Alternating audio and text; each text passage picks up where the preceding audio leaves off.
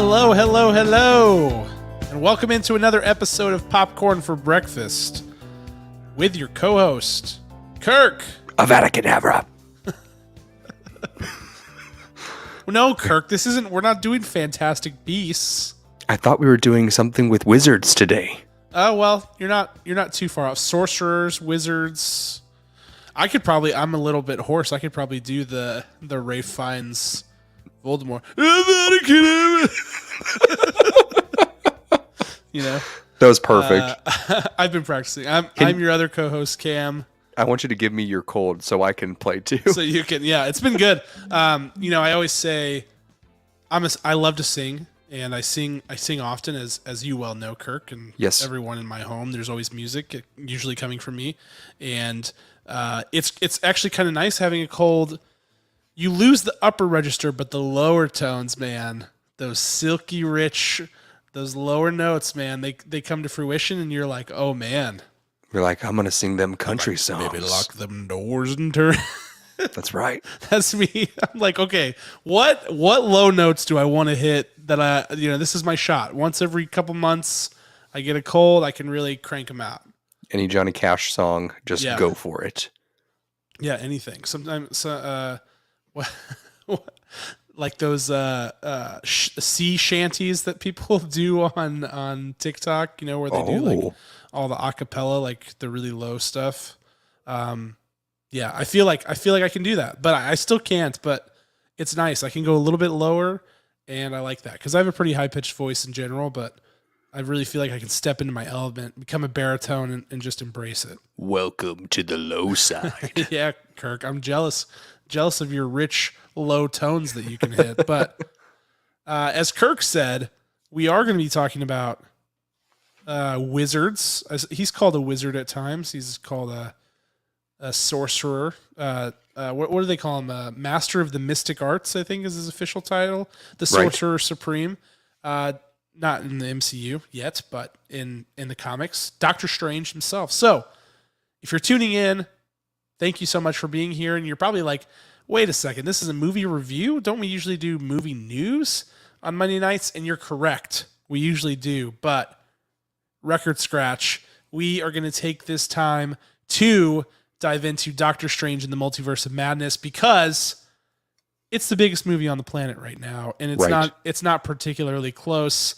It grossed $185 million in the domestic box office this weekend, surpassed $450 million in the global box office. So it's off to a roaring start, much like its predecessors. The Spider-Mans, the Black Widows, the Shang-Chi's of the world. So it's off to a roaring start. This is a big movie. Sequel to Doctor Strange. Feels like forever since that movie came out. I mean, we got some major, awesome Doctor Strange moments since then in Infinity War and, Endgame and Spider-Man No Way Home. So this is a big deal. This is a big film. And it's also, the latest piece of Marvel content that we've gotten because we don't really know. And correct me if I'm wrong here, Kirk, but I just finished Moon Knight. I know you did the same thing. We don't really know where that lies in the timeline, particularly. It's kind of timeline ambiguous, but this film, Doctor Strange in the Multiverse of Madness, we do know. We do know that it's after Spider-Man No Way Home, which makes it the most recent timeline piece of canonical Marvel content that's out there right now. Right. And just a reminder, everyone, spoiler full reviews. Spoilers, yes. Because spoilers. We're about to become unhinged right here. Listen, there were not many Spider-Man references. As you would imagine, there would be multiple. I turned to Cam at the end of the movie. I said, Cam, did they reference anything about Spider-Man No Way Home? And you said, very briefly in the cafe. Very briefly. Yes, I rewound the movie in my mind and I found those words. I mean, pretty crazy. Very recently, this Phase 4 has been a lot of standalone, isolated films, not truly connecting out there. They want to have them as self-contained as possible, which we'll talk about in a little bit. This marks, in my opinion, the first major tie-in of show content, MCU show content, into the films. We've had dabblings. We've had post-credit scenes, Easter eggs, yada, yada, yada.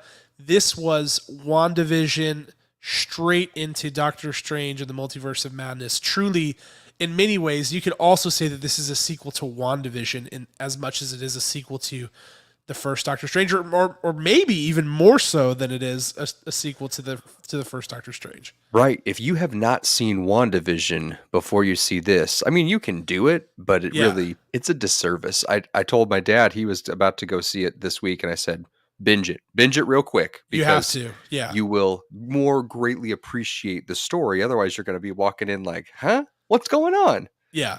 It's absolutely. wild. Absolutely. This is just as much a Wanda movie as it is a Doctor Strange movie. So we're going to get into it.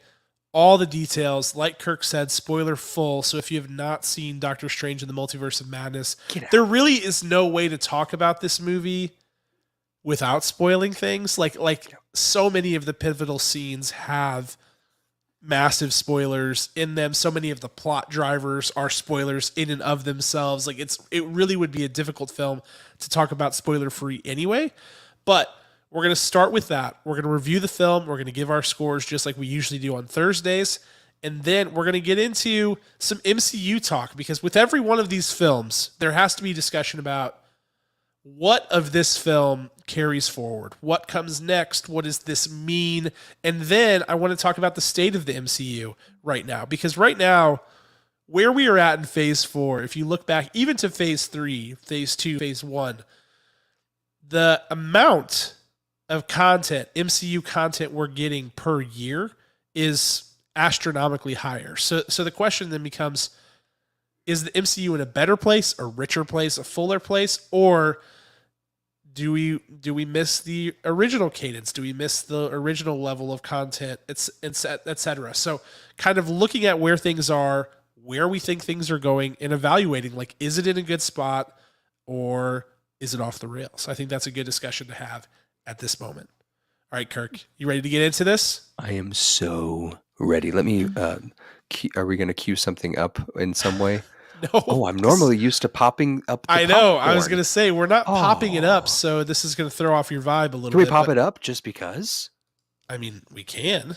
Would that make you happy, Kirk? Well, I've got my wand here. I just want to cast a spell with this popcorn. Are you ready? Ready. Little delayed, but it worked. Oh, and Perfect. you made that graphic appear, so that was pretty fancy. Great. That way? Oh, no, that way. Great work. Okay. Always with the props, Kirk. I appreciate the attention to detail as always. Okay.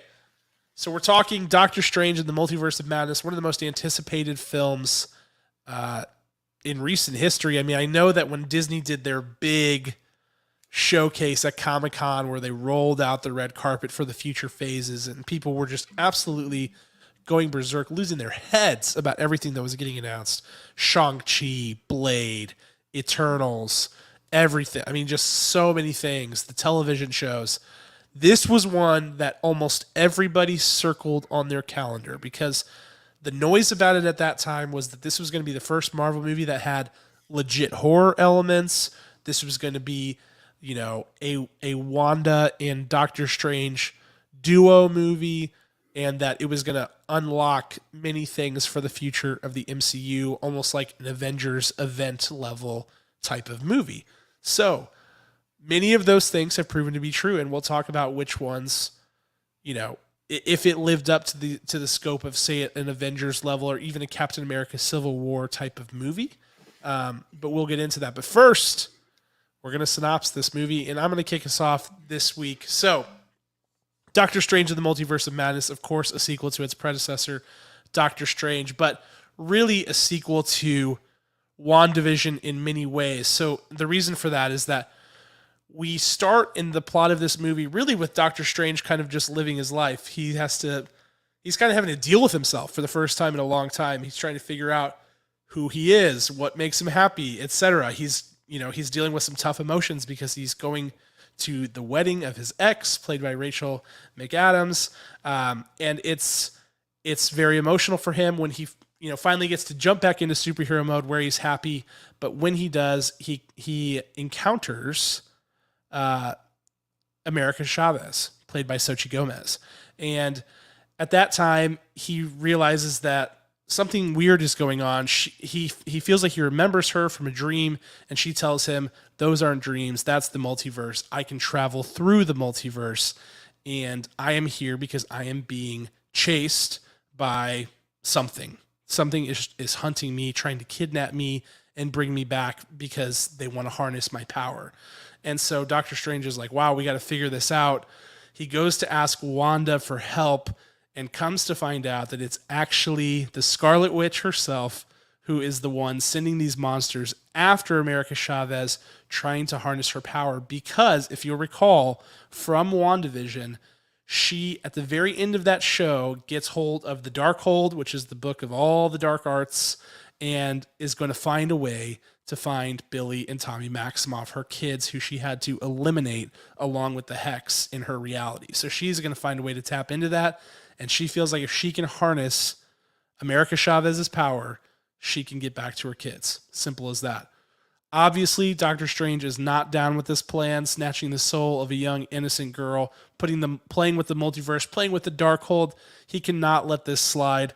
And so it starts off him trying to protect America, and along the way, getting lost in the multiverse, hopping through all sorts of different realities, all while being chased by Wanda.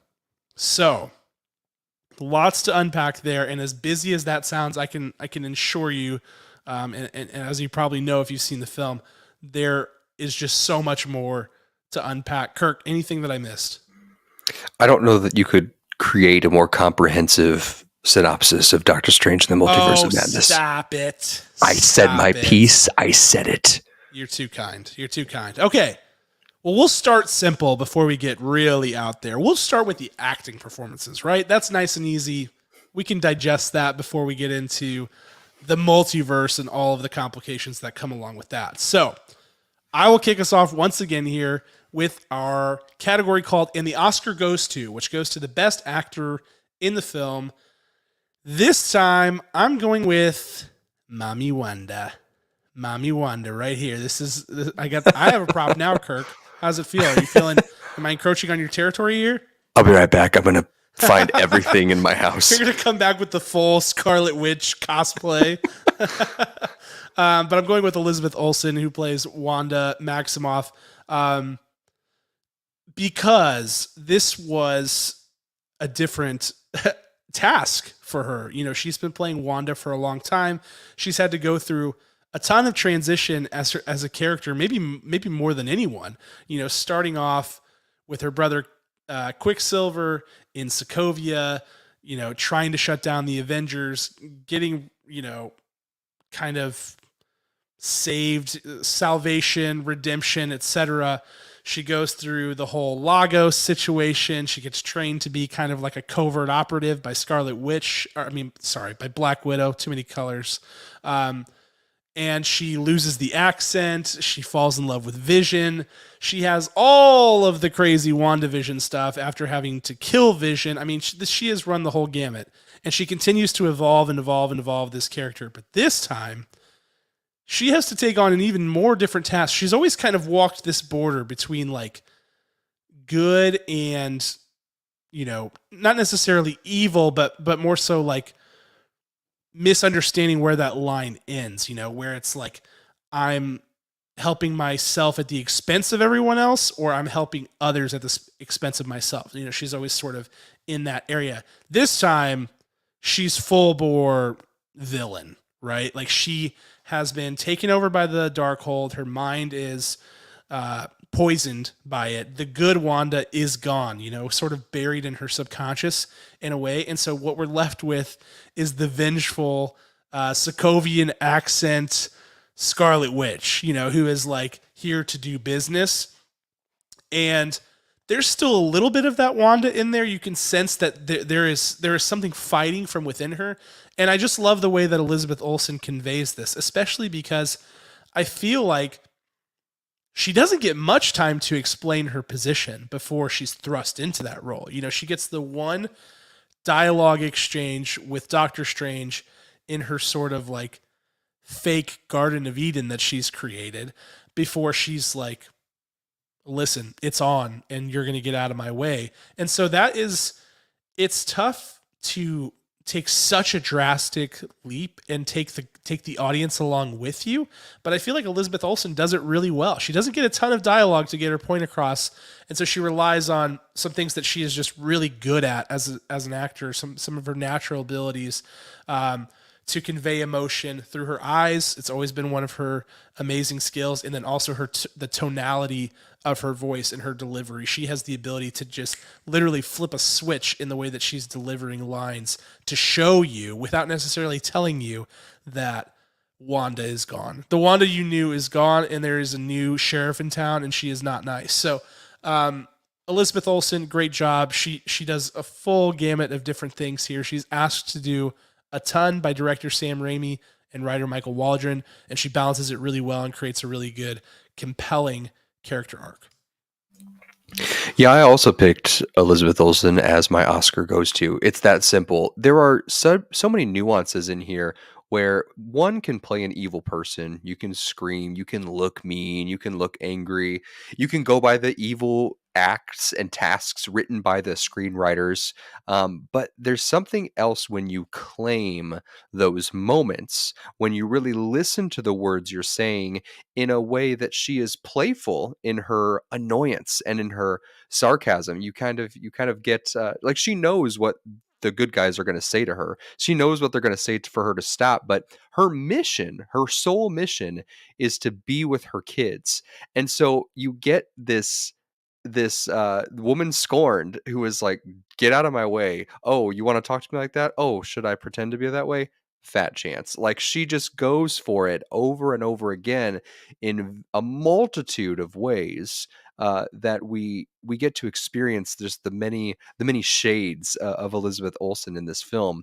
One of the things that I absolutely want to know, and this is just personal, is that there's this acting technique called sense memory, where you recall the way you physically felt to enact your emotions for that scene. This is when you see people gagging, right? So, or almost on the verge of gagging, or an intense restrictive emotion, like with tears welling in their eyes. You kind of recall a moment in your life that you can pull up like a library card, or like the Matrix. You're fanning through everything. You're like, oh, I'm going to utilize that right now. Plug in and go for this particular scene.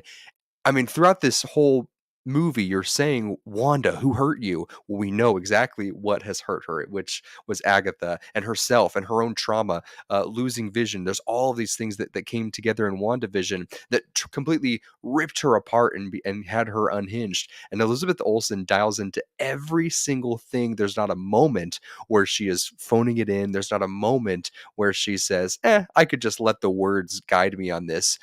I want to know those moments. Is it related to the twin sisters, Mary Kate and Ashley fame? Is it the jealousy of that catapults her into showing this trauma? Because if you really listen to interviews of actors across the years, you can find out, like, not the one that's the most messed up, or just the one who was most misunderstood is really what's key. And I feel like Elizabeth Olsen is finally being understood through her art and through her performances, because every chance she gets on screen, she tells us something new, and I'm just in awe of it all the time. From her physical, technical acting and study of how she moves her hands is very specific, to every time she responds to different characters. She is spooky.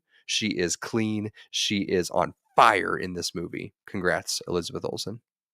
Nice. Yeah, good picks. I mean, there's just no doubt about it. I think you and I both said it. I mean, she's asked to do so much. There's so much put on her in this movie, and she has to really commit to some weird stuff, Yes. that the director Sam Raimi is asking her to do. And of course, he has a bevy of experience doing such things and asking people to do A these things. bevy. I don't know. Ooh. I was not confident in that word usage. Hold Well, on. I believed it. Hold on. I A still large believe it. group, yeah, or things. A large group of people or things of a particular kind. So a bevy of experience. Bravo. Boom. The word of the day. That stressed me out. I was like, don't do it. Don't use it. And then I did. And then you had to call attention to it, Kirk. But no, it's he really does. If you've seen the Evil Dead movies, if you've seen Darkman, if you've seen the weird horror stuff that he does, um, that's what Elizabeth Olsen's being asked to do within the confines of the character Wanda and Scarlet Witch, which makes it all the more difficult. She balanced it with grace and just insane talent as she always does. Okay, Scene Stealer. I think I'm going off the board here, Kirk. I'll be surprised if you pick the same person that I do, but we'll see. I'm going with Benedict Wong, who plays Wong. This guy is like, I always use sports analogies because I'm a stereotypical dude, but like I've been watching a ton of basketball recently because of the playoffs that are going on. But this is a guy who is a role player who knows his role. And honestly, I would watch a series on Wong. I would watch a whole movie of Wong because the character that he carves out and has carved out over the course of Doctor Strange 1, Infinity War, Endgame, Shang-Chi, all of these things that he's appeared in is a really freaking awesome character. And he just continues to bring a level of consistency and a level of energy and pizzazz in a franchise, meaning the two Doctor Strange movies, that honestly kind of needs it. I think one of the big critiques of the first Doctor Strange movie, of which I am actually a pretty big fan, I feel like it tells a really compelling story. But one of the complaints about it is that like it's a movie about magic that doesn't feel very magical. It doesn't feel very like exciting or high energy or colorful or whatever. And Benedict Wong, I feel like, brings that to Doctor Strange. He brings a level of style. He's got his own aesthetic. He's just really carved out a lovely character.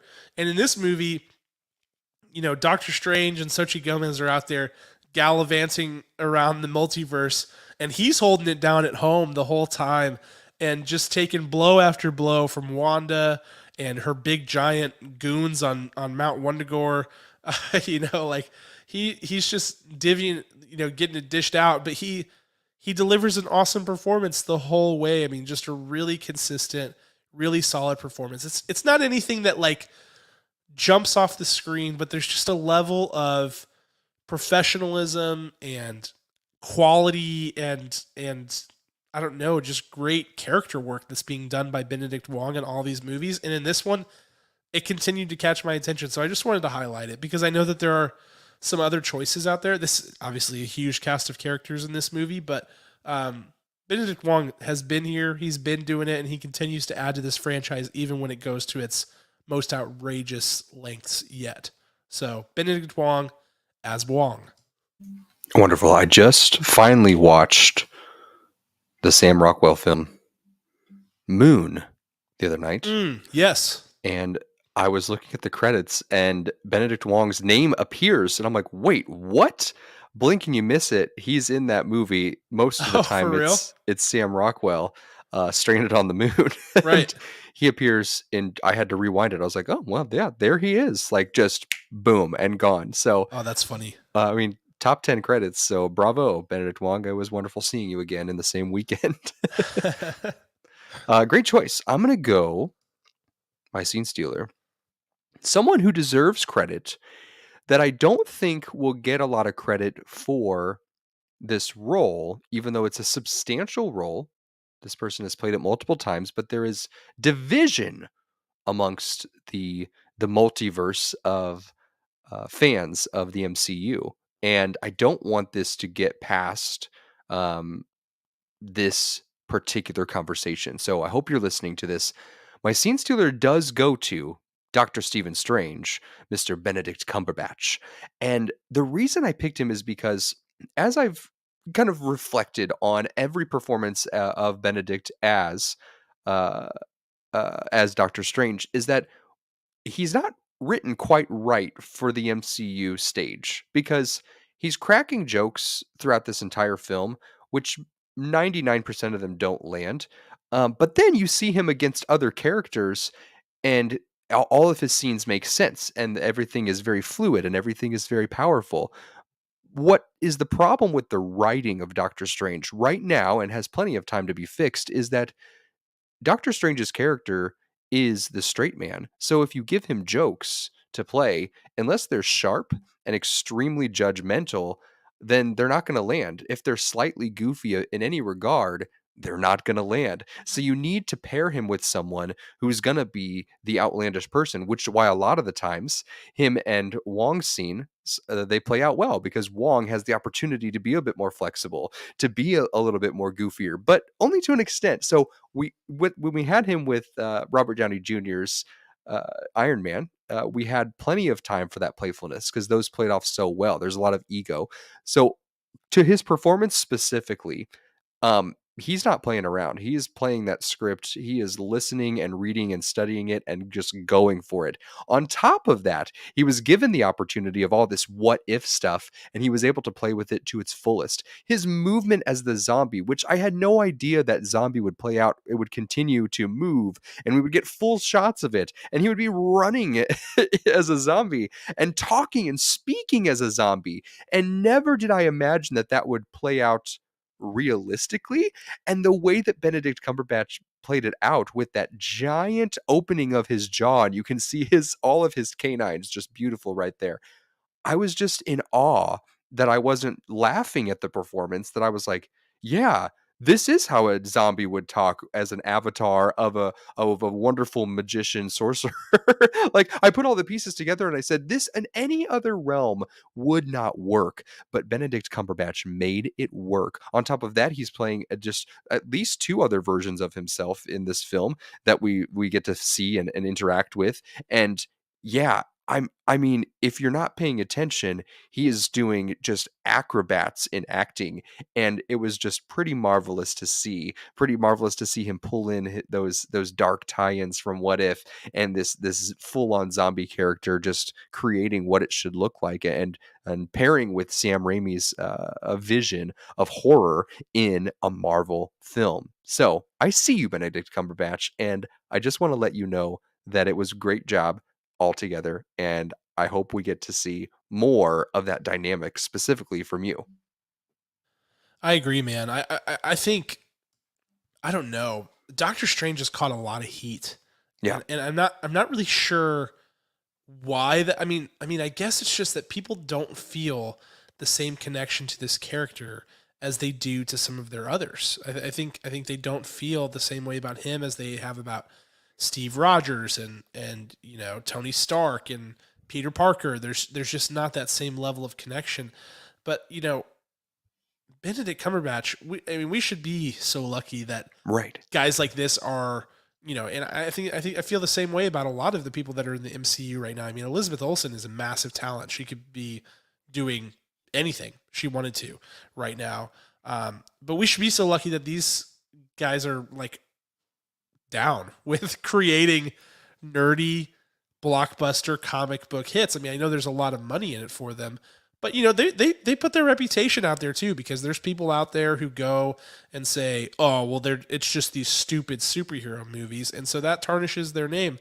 But they're doing stellar work. So I I mean, want to be clear that Jared Leto was once in the running for Doctor Strange. So no, yes, no, we should be so lucky. seriously, Benedict looks the part and he plays the part to a T. It definitely is in the character's writing where, I mean, if you give him a character and you write him exactly as he is in the comics, this big ego, and he's a cold person. That's he why he is can't keep Christine in his arms, right? right. Like she needs some warmth. To know that she is loved back, and that's just not there. They discuss it at length when he is locked in his little cage in the Illuminati scene, and there's a part of him, there's a heart in there, but his biggest flaw in every single multiverse he encounters, as we find, is that he just has to be right. Right. And that gives up a big wall. And I wish there was a way, and I hope there is a way in the future, and maybe it is his trilogy film, where we really get to see him have a breakdown moment, because even in this movie we saw a little bit more of his heart, but it was all very reasonable, right? Yeah. And I just want to see someone just destroy him. And I don't know what that looks like, what it will be, whether it is, the death of Christine, Dr. Christine Palmer, or what else that might look like. But Sure.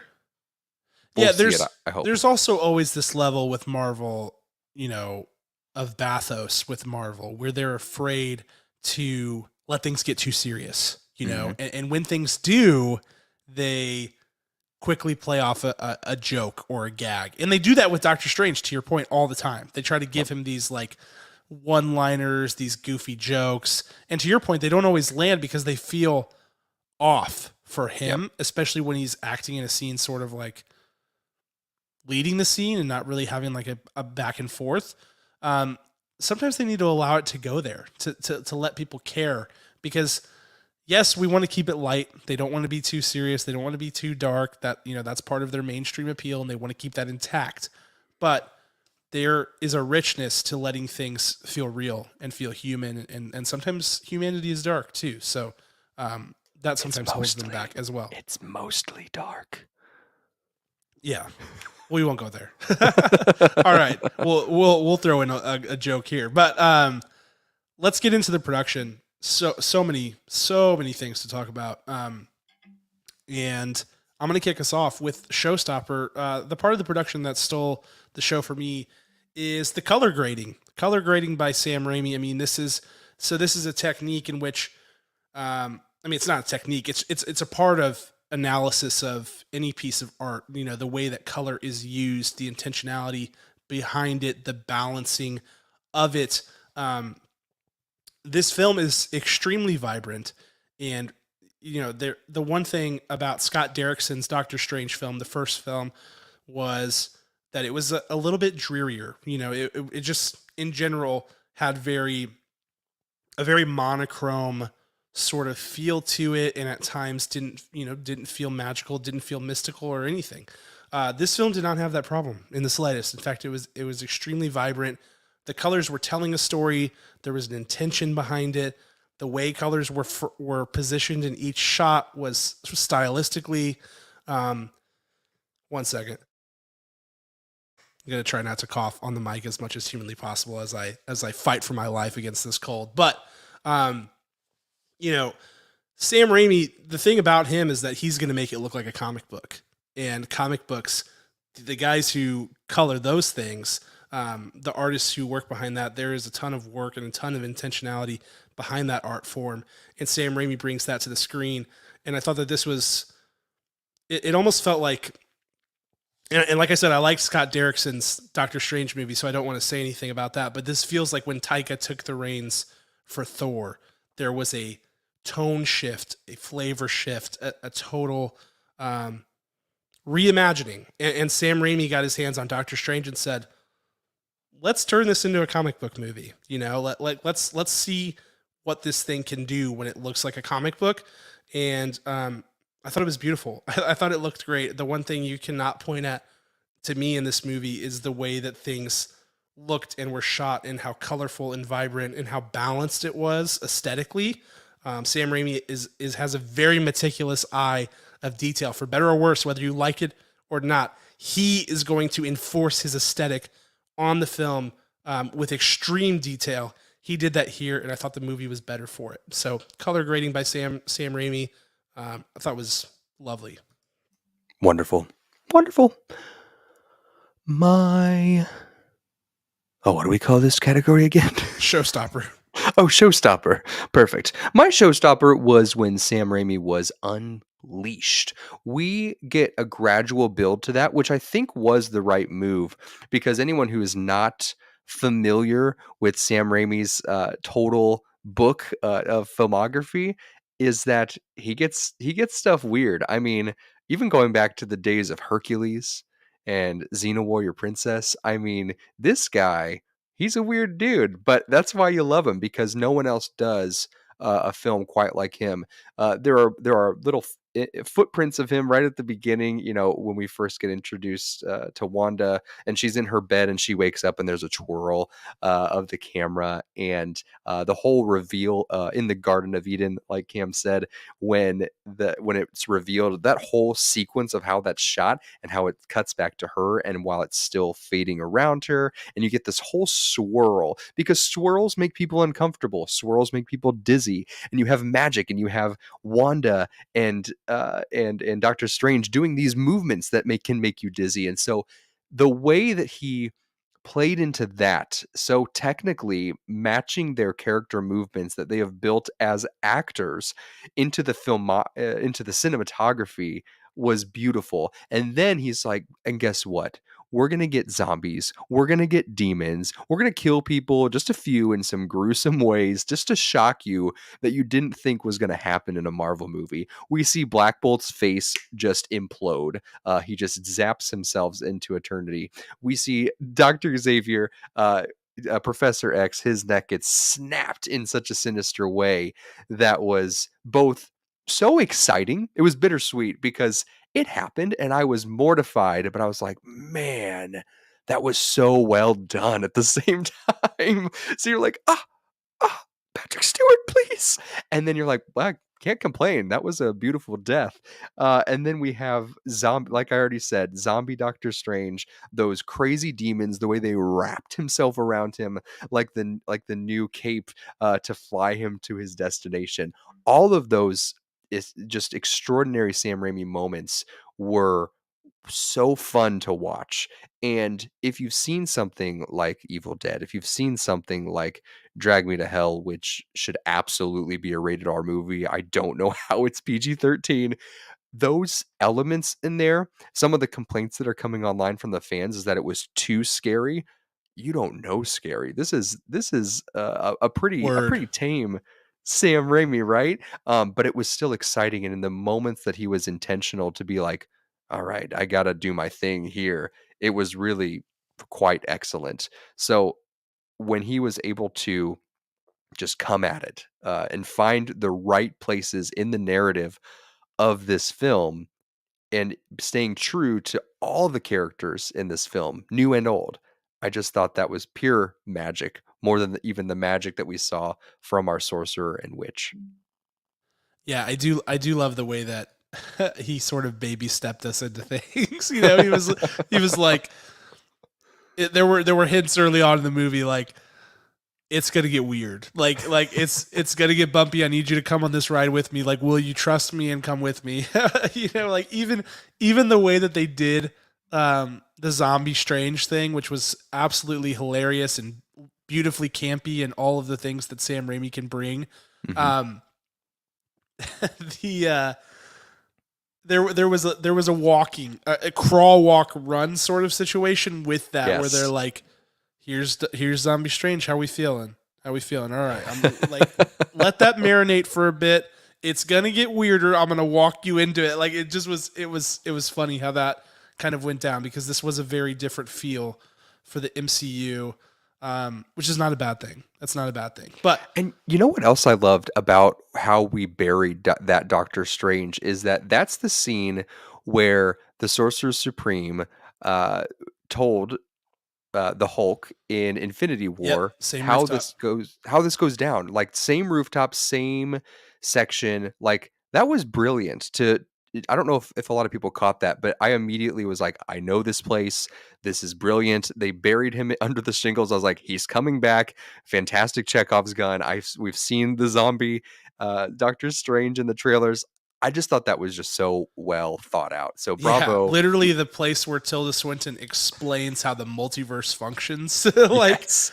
we've got this line, we see it again in Loki, but yeah, that exact spot. And so it's like, boop, Chekhov's gun. This is going to come back. Just be ready for that. Yes. Good call.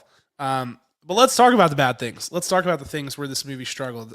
For me, this is called director's shoes. So it's not just the director. Director has a lot of influence on the film, but in a big studio movie like this, there are other people and parties at play. So for me, I'm going with the dialogue. The dialogue, especially for particular characters, there were characters there that should have had more of an emotional impact on the film. I think Dr. Christine Palmer is at the top of this list, who were just there to deliver plot driving lines. And honestly, America Chavez was the same way, where like 95% of the words that came out of her mouth were just like, and here's what we're going to do next, like literally just driving the plot forward, very little character dev, very little texture, color, the types of things that you want in a really rich character. She just never really got a chance. Some of Rachel McAdams' lines, make no mistake, Rachel McAdams is a great actor. But some of her lines made her sound like a bad actor because they weren't well written, because they had to get from point A to point B so quickly to get things moving along. So I say the dialogue, but really part of this is the pace too of the film. This is a movie where, and I obviously was not in the creative process for this, but I wish they had just said, "Hey, Sam, we need to make some changes with Doctor Strange, right? This is where he's at. This is some of the things we're thinking about. What are your thoughts about how we can liven up this character, liven up this franchise? Is very important to us. What are your thoughts?" Instead of, "Hey, Sam, we want to bring you in because we think you have a great vision for comic books and can really do some wonders for this character. But here are the 20 MCU things we need to be accomplished in this film so that we can move everything else forward as well." Because there was a tug of war there where it was like, if they had done the previous approach that I mentioned, I think we would have gotten a film that just enhanced Doctor Strange, made things better, made the franchise richer. Instead, it's like, we got some of that, but we got a lot of like, we gotta move. We have to check off this box and this box and this box in order to move forward in phase 4. These are the important things that need to happen. And at times it just felt like, I would love to see a director's cut of this movie, or anything, like to see what was on the cutting room floor, because I feel like there's a lot of good stuff there, most likely. And yeah, it's weird. It's weird to feel like the MCU held a movie back in a way from reaching its full potential, and it certainly held characters back in this point. And we'll talk more about that a little bit later, I'm sure. But that was how I felt with this movie, because it really felt like they had so much to get done that they weren't focusing all the time on what they were doing in the film. So, yeah, the writing, the dialogue, and the pacing for me, that's where it struggled. That's so true. It's so true. Some of mine spill over of my director's shoes. So let's begin. I think that this movie will look like a placeholder similar to Age of Ultron in the grand scheme of things. In the grand scheme of phase 4, we'll look at this in a couple of movies and say, "Oh, I get it. I get why that happened." But I think we're 100% at a place in Marvel's storytelling strengths where nothing should be a placeholder anymore. Everything, um I mean, this movie was mostly self-contained. All of you have to see WandaVision to understand any of this, or to understand the true core of this. But mostly, other than that, it was contained, where you could pick this movie up and watch it and say, all right, we have a woman who's looking for her children. We have a sorcerer. He's trying to contain and minimize damages, and we've got some other people who are in control of a higher power, and then they're all battling each other. So those elements were fine, but what didn't work was the telling of that, right? So America Chavez comes into this in a very exciting way. The opening is fantastic, and just it moves, right? And then you hit that cafe scene, and everything just dies. When in that moment, the level and was so high that it does need to dip down to give our audience a time to rest and listen carefully. And the exposition there was so, I got to tell you this, I got to tell you this, not I got to tell you this, because we missed that why, exactly as Cam said. We missed the full intention of the stakes are high and here's who I am. They rushed through her. At no point was I attached to America Chavez in her storyline or believability. There were a couple of "I'm young, you're old" quips, and frankly, that's just not fun at all anymore at this stage of their storytelling. It just can't happen anymore. I also think that the wedding scene should have been like, whoa, this is big. And it didn't feel big at all. You had a Dr. West character that came in that I don't recall at all who he was. Maybe he was in the first Doctor Strange. I do not remember him. I just know that he has a really bad hairstylist. That's just easy to say right there and then.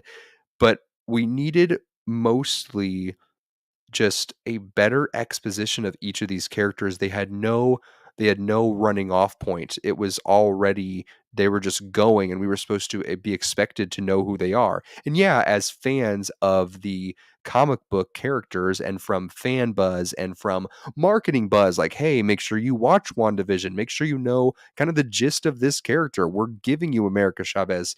That's fine, but you still have to, in the moment in the movie, give us the emotional attachment to connect with them, to follow this journey with each of them. And I just don't think we had that at all, which was pretty critical, not laying the foundation for them. Yeah, I think it's exactly that. I think Dr. West is a good example. Like, so he was in the first movie. I think he's, if I'm remembering correctly, I didn't actually look into this, but I believe he's the doctor that has a patient that he's ready to be like, oh, this guy's toast. And then Doctor Strange and Christine Palmer, Dr. Christine Palmer, she's like, no, we can do this. And he's like, I'm going to do it, and saves his life and what have you. And so there's like this tiny rivalry there. But again, like, take the time to make that moment significant. Take the time to have the audience recall, bring them back in, ground them in the fact that this is a sequel to that film, and then go from there. And I think that the reason, Michael Waldron was the writer of this movie. He was the showrunner for Loki. He really has authored a lot of what has been defined in Marvel's multiverse playbook. And Loki, that's what's so funny about it, is like Loki is probably, I don't know, I don't want to be hyperbolous, but like literally, I think it's their best character study maybe ever. Like, I don't know. I feel like the Loki story, taking that character and doing with it what they did in that show, is pretty freaking awesome, and doing it within the scope of the multiverse. So to see this film fall short from a character dev and dialogue and storytelling standpoint hurts. And I think that, the one thing about the MCU movies that you almost can't knock, and this is why they consistently get high scores, is because from a storytelling perspective and a structure perspective, they're solid.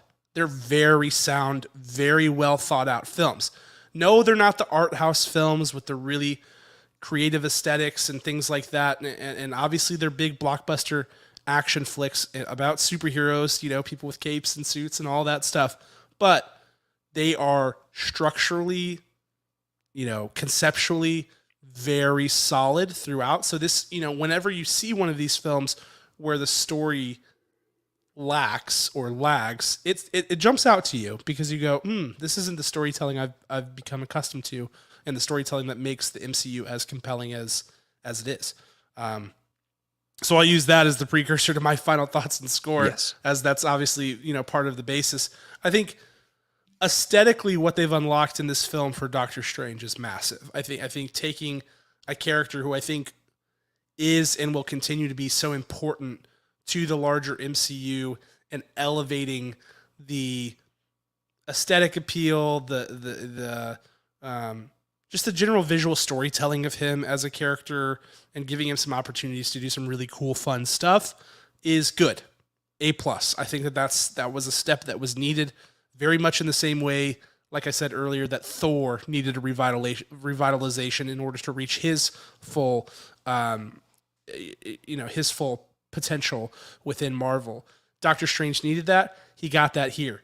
The storytelling, it is affected, and at times it's distractingly bad, to be honest with you, with the dialogue, to where you're like, oof, that was tough. I know that you guys are trying to get to a point, but walk me there. Tell me why we're going there. Tell me the story.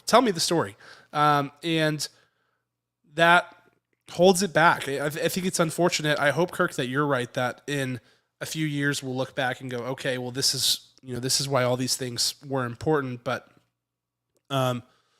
it's hard. So it's such a hard thing for me to score, because I did have so much fun watching this movie with Sam Raimi directing his tail off, doing all the fun things that he can do, and doing it with a budget that's, ginormous, with cool characters, people we know. And I was a huge fan of WandaVision, so getting to revisit that, like all of those things I loved so much.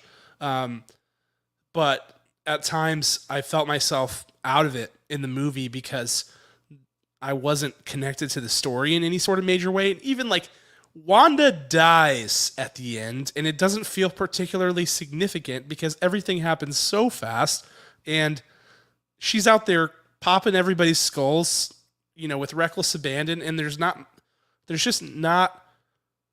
I don't know. It's really hard to connect with, and so when she dies, you're like, well, obviously she's not dead, and that's supposed to be this big conclusion, and you're just kind of like, no. So for me, like I said, really hard to score. I'm actually, and maybe I'll look back in years and be like, what the heck was I thinking? Kind of like I do with my Rise of Skywalker score. Don't go back and listen to that one, but if I could mulligan Kirk, it would be that one. I actually gave that film a 7.5, and I think it's much worse than that. But I'm giving this one a 7.2 out of 10. Okay. You're up. Well, it's time to rate this movie. I was rating this movie as I often do in my head. I like to give myself a preliminary score, like halfway through the movie, or if I ever get kind of sucked out of the suspension of disbelief, I'm like, I think I'm going to rate this movie right now. And sometimes it changes drastically, and sometimes it just changes by a couple of decimal points. I think that the stakes of this movie were so high because the most previous film that was released was Spider-Man No Way Home. And we wanted that same blow your mind feeling. And we thought, well, great, we're going to be jumping through multiverses. And we did jump through multiverses. And, some people are angry that there was only just a couple that we landed on. Well, would you have rather we had like multiple like stops, almost like a carousel, like, okay, now we're in the paint multiverse, okay, great, check that box, all right, and now we're in this one. Like, that would have felt so arduous, I think, if we would have went through and this multiverse, this multiverse, this multiverse. I think the execution of how many locations we went to was actually spot on. I think it really was. If people look closely, it comes down to the storytelling and how powerful it was. And we didn't have that connection. We didn't have it. And it made me so sad because these are very rich characters. They have a lot of history and a lot to come. So, all that said, I have to give this movie a 6.6 out of 10 kernels. And that is given with the most respect I can muster up, with Sam Raimi at the wheel and these incredible actors pouring their hearts into this, the incredible Illuminati fight scene, Mordo returning, giving us more, just a taste of him as a villain, and wonderful, wonderful magic. So yeah, that's my score. Yeah, it's a tough one, man. But I mean, what it ultimately comes down to is when you have when you have a movie that is a story, that's a narrative. Some movies are not, and we review movies like that as well. We review everything, and so you have to kind of find other ways to connect with the film, to the theming, the messaging, etc. I'm not going to go on that, but when you have a film that is a narrative, the story is the most important part, right? So you can't give a movie a really high score just because you had fun watching it and you thought that the visual approach was perfect and that some of the ways that they did things were good if the story hurt. And that's exactly where I was, Kirk. I'm just like, I'd love to give this a higher score. I would, but the story held it back so much to where it's like, first of all, I feel like I have to see it again. Yes. To even just like figure things out. There was just like a lot going on and then the pacing was so torrid.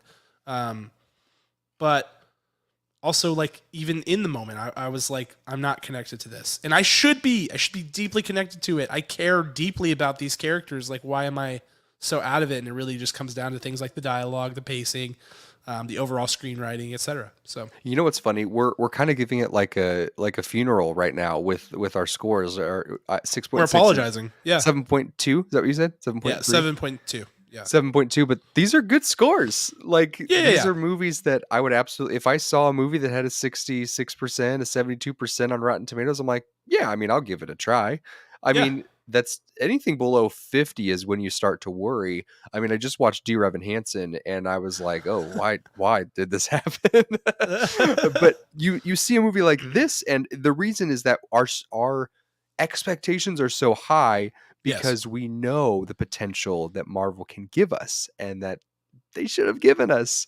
So I think this is a placeholder movie, unfortunately, and we will hope that it gives us richer, nostalgic feelings as we get older. Yes. All right. So that's our review of Doctor Strange in the Multiverse of Madness as Kirk mutes himself to let out an absolutely biblical cough. I've been doing the same thing this whole time. I've probably cut a hole in the multiverse, America Chavez style, just from coughing. So Yes. that's where we're at tonight, guys. We're grinding through it tonight. But I want to talk about, first of all, let's talk about the crazy stuff that happens in this film and its impact on the MCU, and then let's talk about where the MCU is at. So Let's do it. the obvious things. Okay, we'll talk about the big scene in the middle of the film. I mean, I don't know, beginning of the latter third of the film, maybe, and the post-credit scene. Okay, so let's start with the big scene. So Doctor Strange meets Mordo. I'll give you a little bit of exposition, though. If you're listening at this point, I sure hope you've seen this movie, or you just really don't care about spoilers. Someone's crying, and they just they're like, no, I was gonna see it. Yeah, it's probably my wife. Again, she's like, give me all the spoilers. She wants to know everything that happens. The scene that we've seen in the trailers, the shield, the wheelchair, the voice, all of it. Mordo saying the Illuminati will see you now, Dr. Stephen Strange, etc., comes to fruition. Mordo leads Dr. Strange to the Illuminati for his judgment, for all of his multiverse hopping. They're trying to put an end to all this because the Stephen Strange from their universe was doing bad things, with the Darkhold and all these other things. So we get the reveal of the Illuminati, which consists of Professor Xavier, 838, who, when I say 838, that's the name of the universe that we were in, right? 838. He's in the yellow wheelchair, which people will remember from the 1997 X-Men series. So this is not our Professor X. This is not, meaning our Professor X from X-Men, X2, United, etc., Logan, all of those great things. This is some different version, but still played by Patrick Stewart. We get a Captain Marvel variant that is actually Maria Rambeau, who is played by, Kirk, Lashana Lynch. That's the one. And I'm getting all these names messed up. Captain Carter, played by Haley Atwell, for those of you who watched What If, though this doesn't appear to be the Captain Carter from What If. Who knows? Really? We don't. Right. It could be a Captain Carter variant. We really don't know. Then we get the two most shocking, I think, cameos, which consists of Black Bolt. I thought the MCU would never talk about the Inhumans again. Not only did they talk about it, they brought back the dude who played Black Bolt in the much maligned ABC series. I was floored. And that I could just tells you, not believe it. We have talked at length about why the TV show actors are not the silver screen actors, and on the DC side, and to prove our point, they said, "Yeah, we don't care that it didn't do great. We're going to make it right now," and he killed it. It was great. Yeah, it was great. It was insane. I was floored by that. And then the one that made me about fall out of my chair, and unfortunately we had a terrible audience. I mean, just one of the worst ever. We accidentally ended up seeing in 3D. I don't want to get into that, but if this is an indication of what 3D audiences are like, first of all, not surprised. Second of all, never again. Yikes. These people, it was like a 3-hour long church service in there, man. Like nobody was saying a word. People were bored to tears. I don't know. But the big cameo was John Krasinski as Reed Richards, and Kirk and I looked at each other like it was a 90s sitcom. We were like, What? We went Heads exploding. Yeah, seriously. Like I was like, this cannot be real. I literally thought I was dreaming for a split second. It was that much of a shock of a cameo. But the fan casting come to life on the screen. I never saw I know there were leaks. I don't know if this was the leak that happened, but holy smokes. Holy smokes. Kirk, so my question to you to kick off this conversation is your thoughts on the Illuminati scene and what, if anything, this will carry over into the MCU beyond this film. I think it has to. I really do. Immediately after I was thinking, they're just gonna pull the rug out from underneath us and they're never gonna have any of these actors play these characters again. But I feel like there would be such an uprising from the fans if that happened. I don't think they have to come back as the Illuminati. Even anytime soon. If you want to bring them back, great, no problem. But I feel like we now have a path to visit each of these characters in a new light. Whether obviously we need to meet them in the past because all of them done got offed, Or or yeah, or or we see their variants. exactly.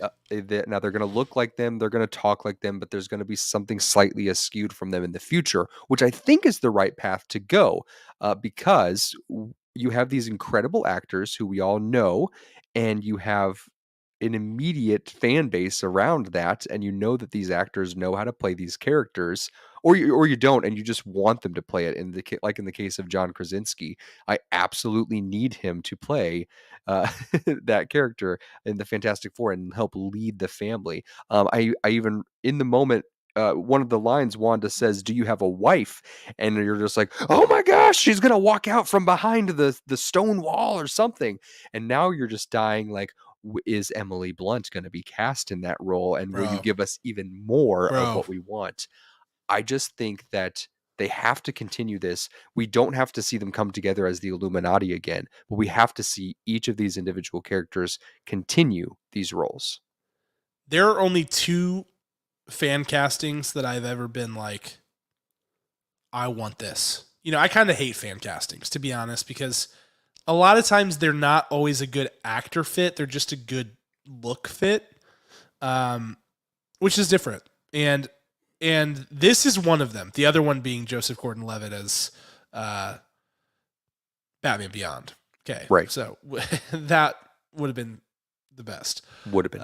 Would have been the best. But this one, as soon as I started seeing the John Krasinski stuff and Emily Blunt in the Fantastic Four, I was like, holy freaking crap. This would be incredible. Yes. And I then immediately said, don't get emotionally attached to that because that will never happen. And then John Krasinski appeared in this film, and Yes. I could not believe my eyes. And he was very Reed Richards. I think the Reed Richards that we get from him in the future, if we get it from him, will be certainly different in moral approach. But if he brings that same delivery, it's going to be a beautiful thing. It's going to be, and to make my official stance on this, they have to have him as Reed Richards in the core MCU. The 616 Reed Richards has to be John Krasinski at this point. If they roll that back and they're just like, haha, we gave you guys the cameo you wanted, I think there will be riots in the streets. I think people will freaking lose their marbles. And honestly, for different reasons, the Anson Mount cameo as Black Bolt is just as surprising. Like, because that show sucked. It was on ABC. Nobody watched it. Everybody who did watch it hated it. Marvel tried to bury that thing to the depths of the earth. They had a film that released around it that like kicked off the show. The Inhumans are great characters, great story. I really enjoy it. Black Bolt's awesome. To bring him back and acknowledge the existence of that show, I was like, hold on, what? And I don't know. I knew they were doing the Illuminati, but I thought it would be all characters that like either were new, not touched by the MCU in any way, shape, or form, or were people that or variants of people that we already knew. I was floored. by those Right. two. Floored. Right. It was very well executed. Very well executed. And then they were all literally executed, which was also well done. Violently, yes, quite violently. Yeah, I mean, John Krasinski got turned into one of those like cans that you open up and the snakes shoot Hmm. out of it. That's basically what happened to him. Yeah. And then his Um, head popped at the end. Like, yeah, I don't like a know if, balloon. oh man, the sound that it made, you don't see it. I mean, just like you maybe kind of see it, but you don't really see it. And that sound was just, it just like ripped your heart out of your soul as his head exploded, basically. It was insane. Also, Haley Atwell just killing it. Oh my Yeah. gosh, I need more. I need Sliced I in half. Yeah. I need more. I know that there's another variant version of her. I just know. I know that there is. I know that this Oh, was not the one we saw in What If, and that she will be back. And there's no reason not to now. You put her on the screen. There she was. So you can do it again, and you we should. will we will return to her. That absolutely unmistakably was her in Loki, with the TVA getting captured in there, her popping in and popping out, in the TVA getting arrested, if you will. So she's coming back. She's absolutely coming back. We will revisit the TVA. Yes. So I think you and I are aligned that most of that stuff is going to carry over. The Anson Mount thing, I think they could go either way with, and I think that's strategic on their part. Yes. I feel like Professor X has to appear again at least one more time in.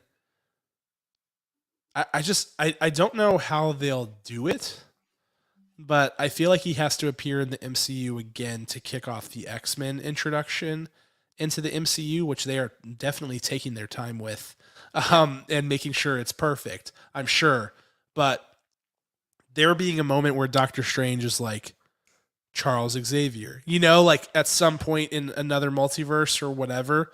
Um, that will be, I feel like, an important moment, but he doesn't have to be a mainstay going forward by any means. I don't think that's a necessary thing. And I think that's the only moment where you have the option to swap out for James McAvoy, right? So you could have him roll up in the Yes. chair and he can kind of look like him. I think we've met in a different time Yeah. and a Yeah. different place.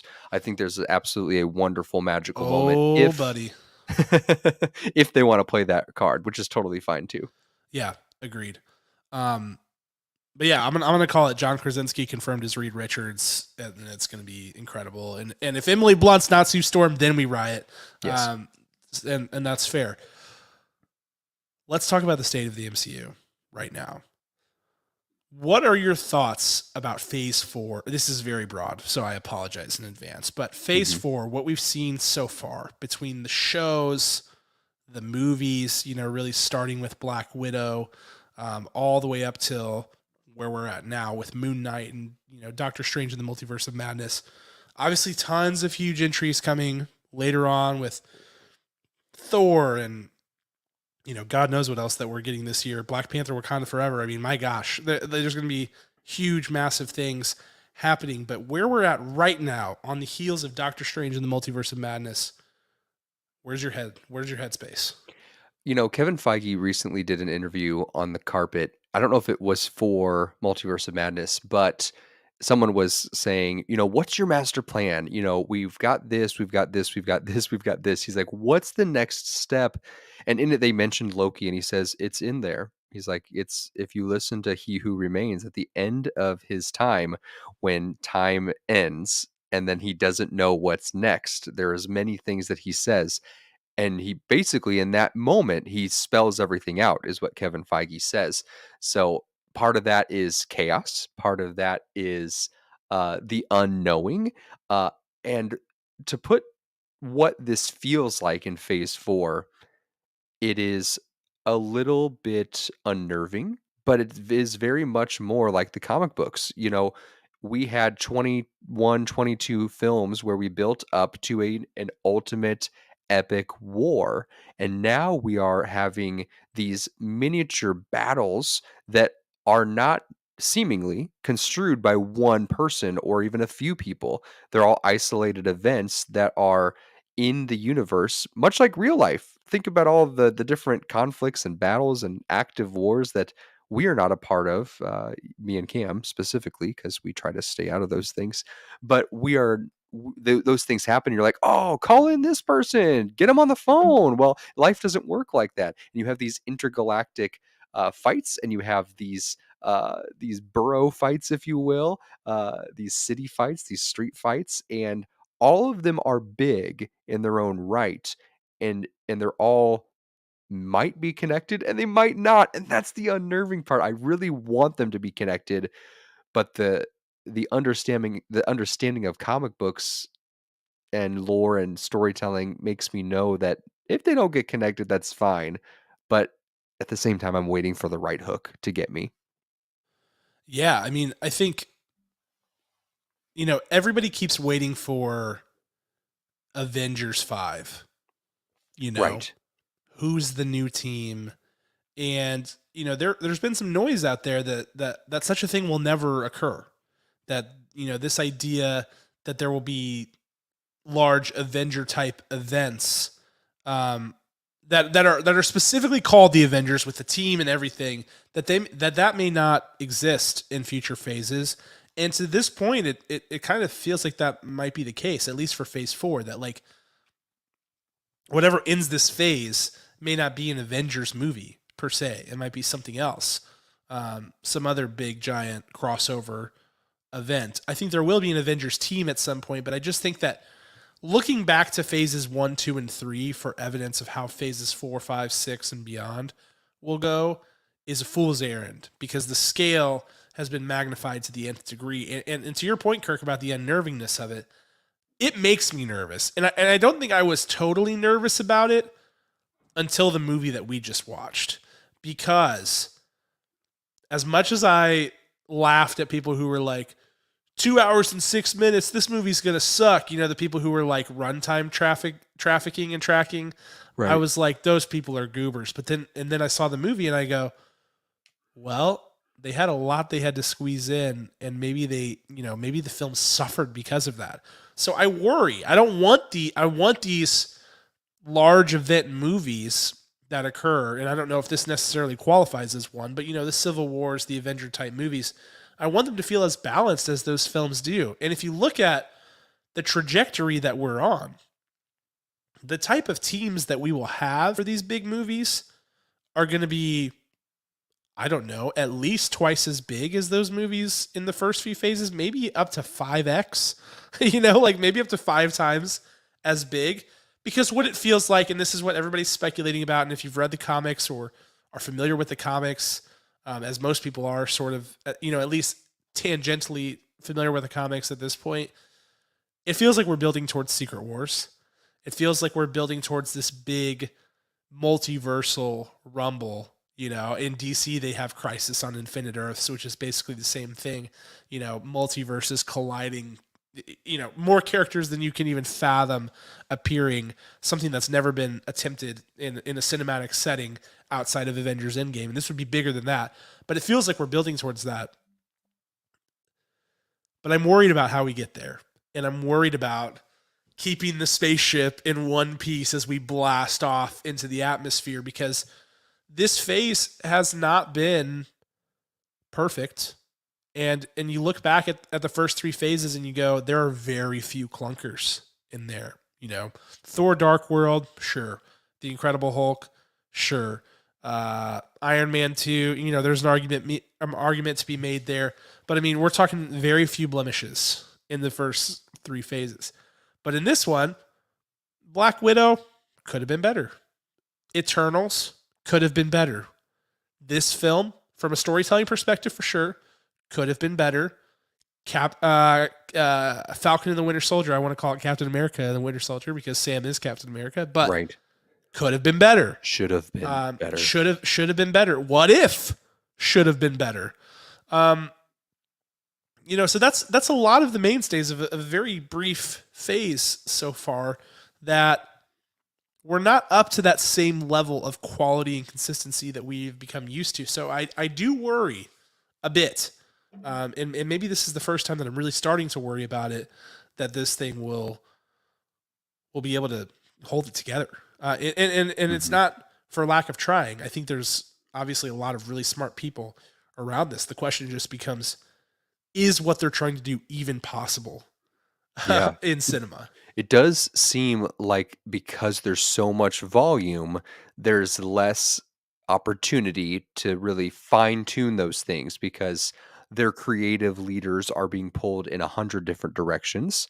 And you want to also make sure that the directors and the actors are creating the story correctly or in the way that is shaping it up to be, right? Things happen from when you write a script to when you get in front of that camera and you discover something new and you're like, hold on, let's do it this way, or at least try it, right? And I think that maybe we're not getting as much time to do that. We're cranking everything out pretty quickly. So unless the script is rock solid, you don't have the opportunity to make up for that in performances. So the quantity, we were seeing more of like an 80% success in the first three phases. Now we're seeing like a 65% success, and that's not great. Yeah, and I think the other thing too about the first three phases is that the road to where we were going was always in view. Yes. You know, you go off the path a little bit, but you can always see the path. You can always see like, Ant-Man comes around and you're like, what? But then you're like, okay, there's the path. I see how this fits in. I see where this could come back in. Here, what is the path? To me, the first thing that we had in phase 4 that felt like, boom, this is the path was Loki. Loki, when you and I were doing our spilled popcorn episodes on that, breaking it down week after week, it felt like, okay, the vision is coming together. I see it. I can see it. We've got the multiverse. We've got Kang. We've got Loki. We've got, with the He Who Remains thing being able to open up the multiverse, it's like, okay, there's the path. But then it's like Loki, and nothing relating to Loki appears in this movie at all, which many, many, many people speculated that it would because it would seem to make sense. So this movie doesn't feel like even though you can kind of see the path, it's not ultimately clear. And there are other films where and TV shows where you have no idea how you get back to the path. Shang-Chi, all the way over here, even like Falcon and the Winter Soldier, all the way over here. WandaVision was a little bit closer to the path, but it's not this thing where it's like, here's the path and here are the shows and movies. It's like, here's the path and like, here's a movie. There's a few that are within view, but ultimately it's like, Moon Knight, where the heck like way out there, right? And I loved that show. Yeah.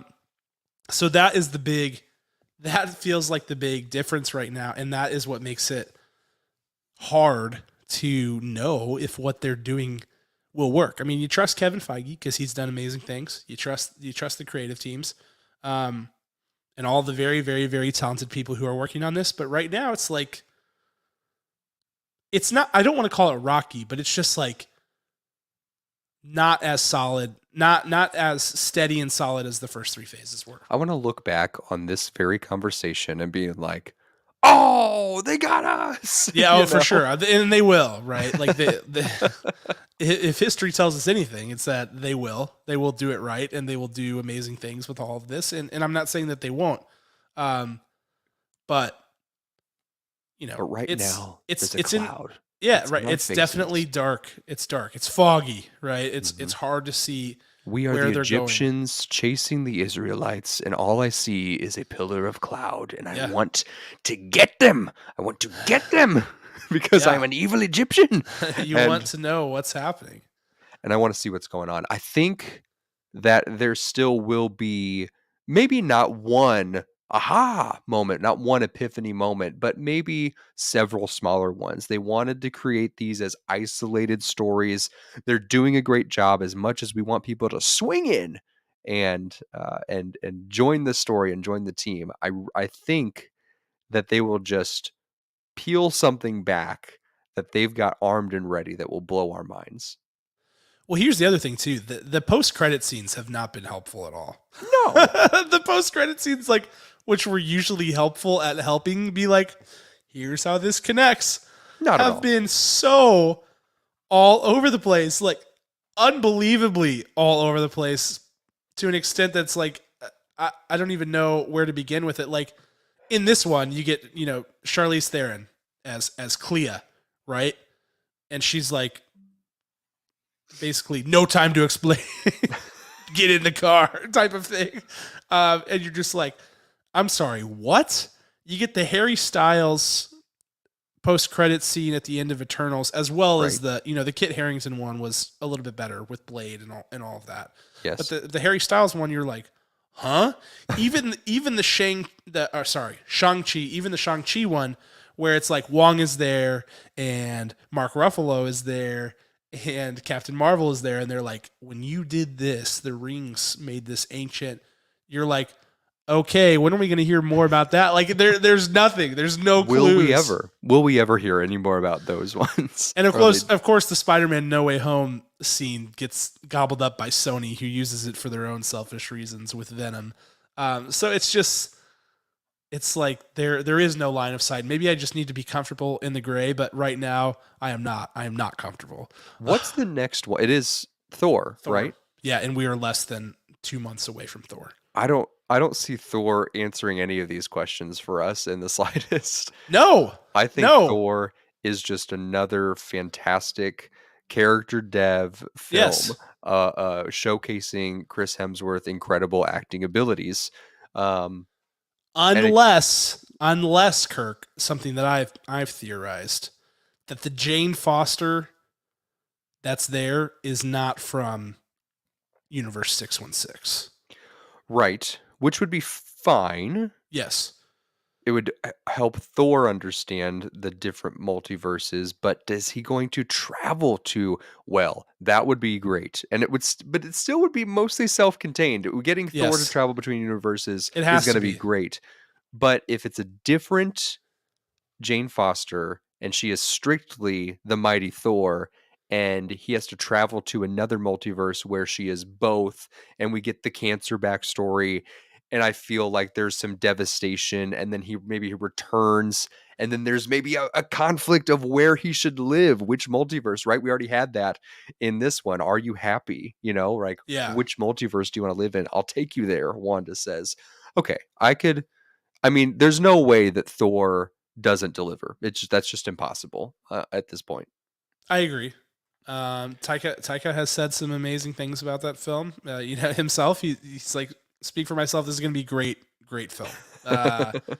So that inspires some hope, but we'll see. We'll see what the tie-ins remain, but that's the state of the MCU. And I feel like our answer about the state of the MCU is just as vague as where things are with the MCU right now, which is like, I don't know. It feels weird, but we're going to trust the process and hope for the best. But there are other people out there, other movie review people who have dug their heels in. They're like, this is not the Marvel you are not going to enjoy Doctor Strange. They've lost their edge. There are people out there saying this. I don't see how you could be there yet. Right. I could see how you might be on the path to there. Certainly. I don't see how you're all the way there yet. I really don't. There's just, it's too early. It's way too early. My problem is those same people, those same influencers are going to edit their previous stuff and they're going to say, well, guys, I told you they had it in them. Whereas we're having a real conversation about real comic book fictional characters and their subsequent equities in the stakes of their franchises individually and as a whole of Marvel and Disney. And I'm telling you right now, we have hesitations, but we trust them with all of our heart. And we will play this back in 3 to 6 months. We don't have all the answers. And, we want answers. I do. That's a good idea. Going back and editing your stuff makes me want to go back and edit that Rise of Skywalker review. But, I won't. Don't.